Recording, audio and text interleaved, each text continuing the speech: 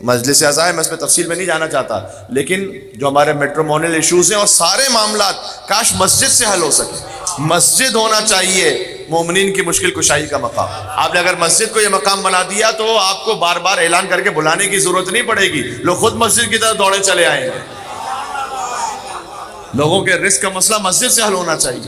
شادی بیاہ کے معاملات، بہت سارے معاملات مسجد سے حل ہونے چاہیے۔ یہ ہمیں سیرت رسول اللہ میں بھی ملتا ہے، سیرت امیر المومنین میں بھی ملتا ہے۔ اور جب حضرت حجت بھی تشریف لائیں گے تو حضرت حجت کی حکومت کا مرکز ہے مسجد کوفہ۔ مسجد کوفہ سے پوری دنیا میں حکومت ہوگی۔ مسجد سہلا میں مولا کی رہائش ہوگی۔ گئے آپ اطراف کی زیارت پر گئے تو سہلا گئے نا، مسجد سہلا جو مومنین جا چکے ہیں، اللہ تعالیٰ بار بار سب کو جانا نصیب فرمائے انشاءاللہ۔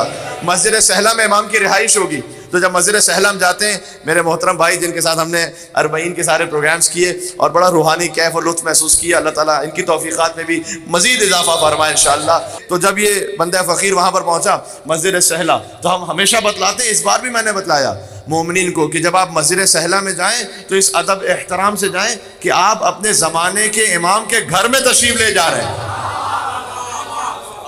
ارے آپ کسی آیت اللہ کے گھر جاتے ہیں، کتنا ادب احترام سے جاتے ہیں، کہاں امام زمانہ کے گھر میں جا رہے ہوں۔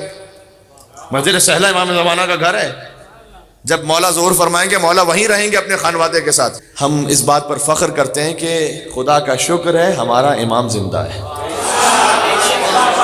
وہ اور ہوں گے یتیمان مذہب و ملت، ہمارے سر پہ ہمارا امام قائم ہے۔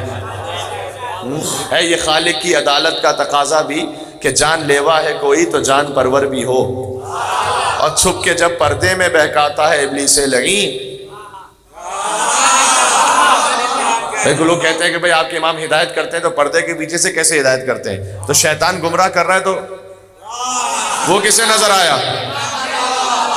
کسی کو کہنے والے کو آئینے میں نظر آ جائے تو الگ بات ہے، ورنہ تو ویسے تو نظر نہیں آیا کبھی شیطان، لیکن گمراہ سب کو کر رہا ہے۔